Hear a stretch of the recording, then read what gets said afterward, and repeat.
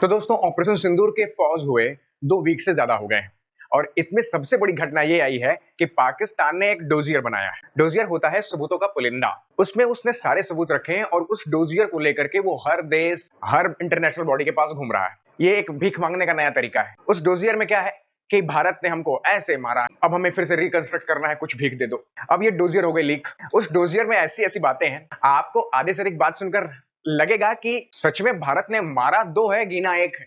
भारत ने कहा था कि वो उन्होंने 7 से लेकर के 9 बेसिस पर हमला किया है और वहां उन्होंने 11 बेसिस दिखाए हैं कि नहीं 4 पे इन्होंने हमला करा है जी, और उन्होंने बताया नहीं है।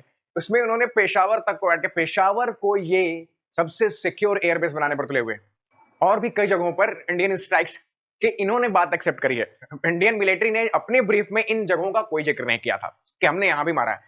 2 मिलिट्री एयरक्राफ्ट में 6 फाइटर जेट डाउन करने की बात की गई है। एक C-130 जो हरकुलस विमान है वो डाउन करने की बात कही है। एक अवैक्स विमान जो हम पहले आपको बता चुके हैं कि एक ऐसा प्लेन होता है जो हवा में उड़ता है रडार लेकर के, उसको गिराया गया है। और साथ में बहुत सारे मिसाइल्स और UAVs जो ड्रोन्स होते हैं। ये बात पाकिस्तान ने बिल्कुल रो धो करके कही है। पहलगाम अटैक के मामले में पाकिस्तान ने क्या कहा है कि इन्होंने भारत ने इससे खुद करवाया था। अच्छा, तो फिर TRF ने जो पहले ही जिम्मेदारी ले ली थी वो क्या था? TRF ने हमलों के कुछ ही घंटों में जिम्मेदारी ले ली कि ये हमला हमने करवाया है। और TRF जाहिर सी बात है लश्कर तैयबा का एक्टिव फ्रंट है।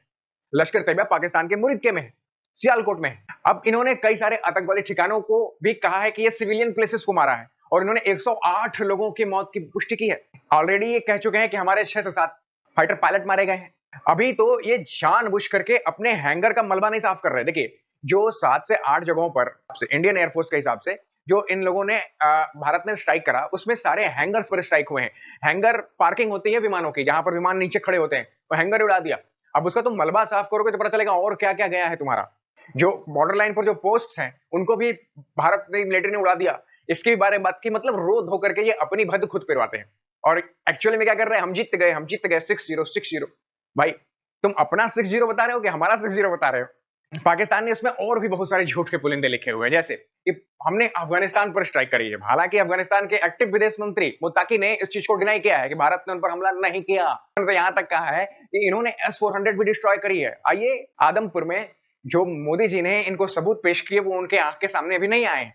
जो जो बातें कही गई हैं इंडियन आर्म फोर्स के ब्रीफ में, उससे कहीं ज्यादा मार पड़ी है पाकिस्तान को। ये पाकिस्तान खुद एक्सेप्ट कर रहा है। अब इस बार हम नहीं कह रहे। अब इसके बाद सीडीएस का एक बयान आया है, उसको सुनिए। सीडीएस के बयान में कहा गया है कि 48 घंटे की लगातार बमबारी के लिए तैयार था पाकिस्तान। और ये बात इनके नवाज शरीफ ने एक स्पीच में भी एक्सेप्ट की थी।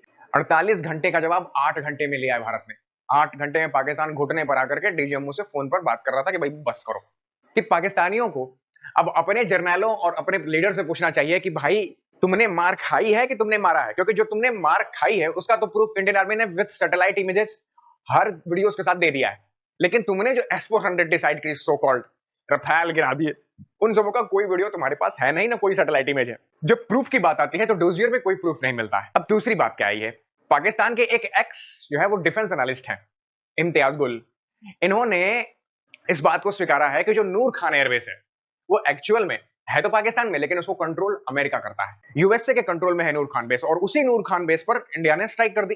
जहां से हमने आपको पहले बताया है कि करीब 10 किलोमीटर की दूरी पर किराना हिल्स है, जो न्यूक्लियर आर्सेनल बेस है पाकिस्तान का। नूर खान बेस पर स्ट्राइक हुई, उसके बाद ही जेडी वांस ने फोन किया था कि लगता है कि न्यूक्लियर प्रेशर को रुक जाइए। तो इंडिया ने कहा भाई उनको फोन करने दीजिए, आप क्यों बीच में चौधरी बन रहे हैं? अगर उनको लगेगा कि हमको उनको ज्यादा मार चुके हैं तो वो फोन करेंगे, और उन्होंने फोन किया। लेट्स सी बिलावल भुट्टो जब यूएस में थरूर के सामने होंगे तो वो कहां से हमले करते हैं।